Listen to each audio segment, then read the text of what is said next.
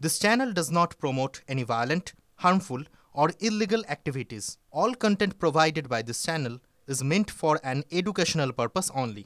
বাহ এবার হয়েছে স্বাদ। হ্যাঁ, অপূর্ব স্বাদ। এমডিএচ এর চাঙ্কি চাট মশলা জীবনে আসল স্বাদ জাগলো। আসল মশলা এসএস এমডিএচ। আর এই মুহূর্তে একটা ব্রেকিং নিউজ দিয়ে আপনাদেরকে আজ আদালতে পেশ নওশাদ সিদ্দিকী সহ 95 জনকে। আপনারা জানেন গতকাল ধর্মতলায় ঠিক কি হয়, এসআইআর সহ একাধিক ইস্যুতে তারা বিরোধিতা করেন এবং ধর্নায় বসেন, ধুন্ধুমার পরিস্থিতি হয় এবং গতকালই তাদেরকে আটক করে নিয়ে যাওয়া হয়। আপনাদেরকে জানিয়ে রাখি, আইএসএফ বিধায়ক নওশাদ সিদ্দিকীকে গ্রেপ্তার করে পুলিশ। বেআইনি জমায়েত, পুলিশের কাছে বাধার অভিযোগ সহ জামিন অযোগ্য ধারায় মামলা রুজু। এই মুহূর্তে আপনারা একটু জানার চেষ্টা করবো, আমাদের প্রতিনিধি সায়ন্ত আমাদের সঙ্গে রয়েছেন। সায়ন্ত,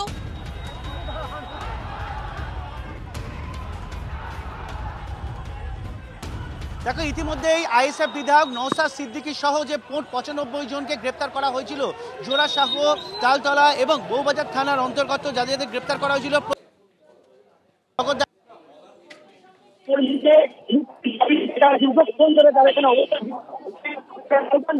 সেই ছবিটি দেখতে পাচ্ছেন জাতীয় পতাকা নিয়ে স্লোগান দিচ্ছেন এবং সেই ছবি তুমি দেখতে পাচ্ছ যে হাতের জাতীয় পতাকা নিয়ে নওশাদ সিদ্দিকীর মুক্তির দাবিতে তারা স্লোগান তুলছে এবং তুমি এই প্রত্যেকের হাতে তারা কিন্তু এরমভাবেই প্ল্যাকার্ড নিয়ে এসছে। নওশাদ সিদ্দিকীকে মারা হলো কেন, জবাব দাও, ওয়াকফ আইনের প্রতিবাদ করে অন্যায় গ্রেপ্তার মানছে না। একের পর এক তারা এই দাবি নিয়ে তারা এই নগরদারা আদালতের বাইরে বিক্ষোভ দেখাচ্ছেন এবং সেটা 1-2 ঘন্টা না, বেশ কিছুক্ষণ ধরে কিন্তু তারা সেই বিক্ষোভ দেখাচ্ছেন। আমি সরাসরি তাদের সঙ্গে কথা বলে নেবো। আপনারা দীর্ঘক্ষণ ধরে আছেন, এই কিছুক্ষণ কিন্তু নওশাদ সিদ্দিকীকে নিয়েও এলো, 95 জনকে নিয়ে এলো, গ্রেপ্তার করা হয়েছে নওশাদ সিদ্দিকীকে। যদি তাকে ছাড়া না হয় তাহলে আপনারা কি করবেন? বৃহত্তম সমাবেশ হবে, এর থেকেও ভয়ানক হয়ে যাবে। কেন? আমাদের নওশাদ ভাইজানের কোনো দোষ নেই। বিনা অন্যায়তে এই শাসক দলের দালাল পুলিশ আমাদের নওশাদ ভাইজানকে অ্যারেস্ট করেছে, যার কোনো অন্যায় নেই। শুধু আমাদের নওশাদ ভাইজান বলেছিল ধর্মতলার ওখানে ধর্ণা মঞ্চের একটু সামান্য জায়গা দিতে। পুলিশ এবং শাসক দলের যারা নেত্রী আছে এনারা একদমই মানতে চাননি আমাদের নওশাদ ভাইজানের কথা, যার ফলে ওনারা মিথ্যা মামলা দিয়ে নওশাদ ভাইকে অ্যারেস্ট করে নিয়ে এসছে। আমরাও ছাড়বো না, এর শেষ দেখে ছাড়বো এবং আজকে যদি নওশাদ ভাইজানকে না ছাড়া হয় এই সমাবেশ আন্দোলন বৃহত্তম হবে। শুনতেই পেলে, যদি নওশাদ সিদ্দিকীকে না ছাড়া হয় তাহলে কিন্তু আইএসএফ কর্মী সমর্থকরা বৃহত্তর আন্দোলনে যাবেন। এবং কেন তাদের বক্তব্য পেশ করতে দেওয়া হবে না, কেন তারা কোনো অবস্থান কর্মসূচি করতে পারবেন না, সেই দাবি সেই প্রতিবাদে তারা জানাচ্ছেন। এবং তুমি দেখতে পাচ্ছ যে নগরদারা আদালতের দুপাশেই আইএসএফ কর্মী সমর্থকরা ভিড় করেছেন এবং প্রত্যেকের হাতে রয়েছে প্ল্যাকার্ড। কিছুক্ষণ আগে নওশাদ সিদ্দিকীকে পুলিশ ঢুকিয়েছে, প্রিজন ভ্যানে করে নিয়ে আসা হয় এবং সঙ্গে আইএসএফ কর্মী সমর্থকদের নিয়ে আসা হয়েছে। কিছুক্ষণের মধ্যেই তাকে আদালতে তোলা হবে এবং তারপরেই বোঝা যাবে যে তাকে আদৌ আজকে জামিন দেওয়া হবে নাকি তাকে জেল পুলিশ কাস্টডিতে নিয়ে যাওয়া হবে। তবে যারা সমর্থকরা আছে তারা কিন্তু আন্দোলন চালিয়ে যাবেন বলেই দাবি করলেন। একেবারে এই মুহূর্তে যে ছবি আপনাদেরকে দেখাচ্ছি, দেখতে পাচ্ছেন নওশাদ সিদ্দিকী বিধায়ক তিনি বেরিয়ে আসছেন, সেই ছবি আপনাদেরকে দেখাচ্ছি। তাকে আলাদা করে অন্য গাড়িতে তাকে নিয়ে যাওয়া হয়, তাকে অন্য গাড়িতে আদালতের পথে নিয়ে যাওয়া হয়। যে মুহূর্তে তিনি বেরিয়ে আসছিলেন সেই মুহূর্তের ছবি, শুনুন কি বলছেন তিনি। জামিন অযোগ্য ধারা কি বলবেন? বিজেপির বিরুদ্ধে লড়াই তৃণমূলে এত সক্রিয় কেন? জামিন অযোগ্য ধারা কি বলবেন? বিজেপির বিরুদ্ধে লড়াই তৃণমূলে এত সক্রিয় কেন?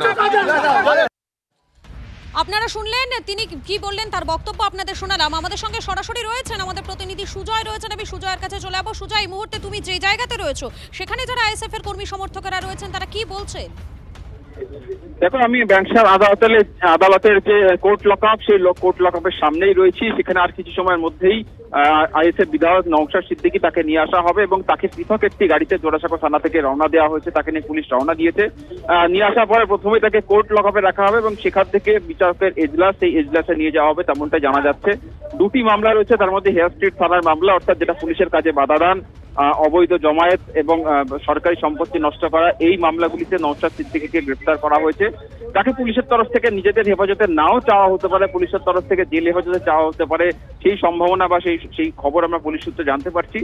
পাল্টা যদি তাকে জেল হেফাজতে পাঠানোর আবেদন করা হয়, তার নওশাদ সিদ্দিকীর আইনজীবী যারা রয়েছেন, লিগাল টিম, তারাও কিন্তু তার জন্য জামিনের আবেদন করবে এবং তাদের বক্তব্য এই গ্রেফতারিটাই সম্পূর্ণ বেআইনি। তাকে যেভাবে গ্রেফতার করা হয়েছে তাকে বেআইনি ভাবে গ্রেফতার করা হয়েছে এবং যে অভিযোগ তার বিরুদ্ধে আনা হয়েছে সেগুলি সেই অভিযোগগুলি কিন্তু তথ্য প্রমাণ মেলে না, ফলে তার ভিত্তিতে তার গ্রেপ্তার বেআইনি এবং সেজন্য তারা জামিন পাবেন সে ব্যাপারে আশাবাদী। একেবারে সুজয়, তুমি আমাদের সঙ্গে থাকো। আর এই মুহূর্তে আরো একবার দেখাচ্ছি আপনাদেরকে নওশাদ সিদ্দিকী, তাকে আলাদা গাড়িতে করে আজ আদালতের পথে নিয়ে যাওয়া হয়, সেই ছবিটা আপনাদেরকে দেখাচ্ছি এই মুহূর্তে। মন্ত্রীর নির্দেশে করা হয়েছে এই মিথ্যা মামলাগুলো, অনেকক্ষণ ধরে ভাবা হয়েছে, ভেবে এই ধারাগুলো দেওয়া হয়েছে। নাকি জামিন চাইবে? অবশ্যই জামিন চাইবো, এবং শুধু জামিন চাইবো না, পুলিশ যে অসাংবিধানিক কাজ করেছে এটা আমরা হাইকোর্টে চ্যালেঞ্জ করব, সুপ্রিম কোর্টে চ্যালেঞ্জ করব। শুধু অসাংবিধানিক কাজ করেছে না, অসাংবিধানিক কাজ করেছে না, বরং পুলিশ অপরাধ করেছে, মেরেছে, নওশাদ সিদ্দিকীকে ঘুষি মেরেছে, এর সাজা চাওয়া হবে পুলিশের বিরুদ্ধে। আর পুলিশ একটা ধারা, আমি ট্রায়াল অ্যাডভোকেট হয়ে বলছি, আমি সুপ্রিম কোর্টেও ওকালতি করি এবং নিচ সেশন ট্রায়ালও করি, আমি বলছি একটা ধারা পুলিশের প্রুফ করতে পারবে না।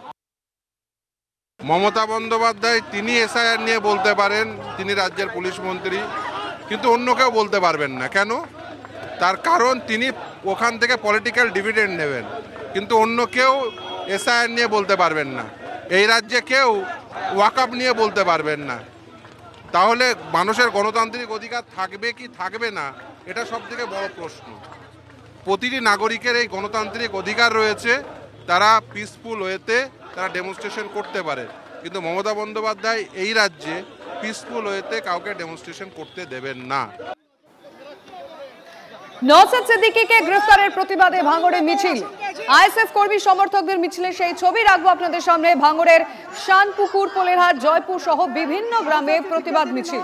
হারোয়া রোডের শ্যামনগর থেকে নতুনহাট এবং ভাঙড় রোডের পোলেরহাট থেকে অনন্তপুর মোড় পর্যন্ত মিছিল আইএসএফ সমর্থকদের, সেই ছবি আমরা দেখাচ্ছি আপনাদের সামনে।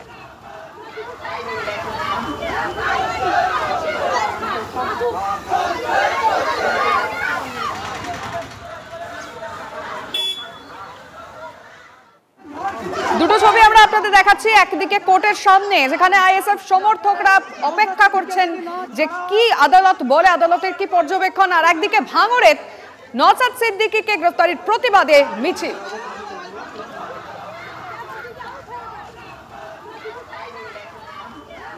তবে এখানেই শেষ নয়, প্রতিবাদ আরো ছবি আমাদের সামনে আসছে। প্রতিবাদের নওশাদকে গ্রেফতারের প্রতিবাদে নিঃশর্ত মুক্তির দাবিতে বসিরহাটের বিভিন্ন জায়গায় টায়ার জ্বালিয়ে আগুন জ্বালিয়ে বিক্ষোভ, দফায় দফায় রাস্তা অবরোধ আইএসএফ কর্মী সমর্থকদের।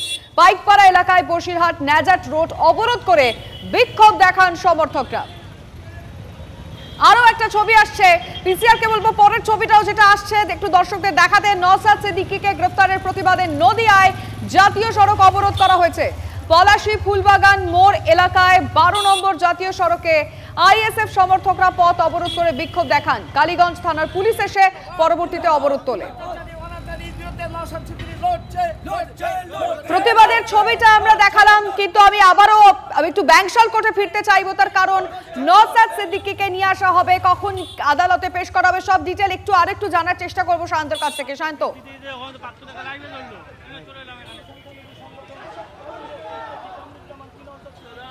একদমই দেখো, আর কিছুক্ষণের মধ্যেই নওশাদ সিদ্দিকীকে এই নগরদার আদালতে প্রবেশ করানো হবে, এবং সেই মতো যাতে কোনো রকম বিশৃঙ্খলা না হয় তার জন্য কিন্তু বিশাল পরিমাণে পুলিশ মোতায়েন রয়েছে।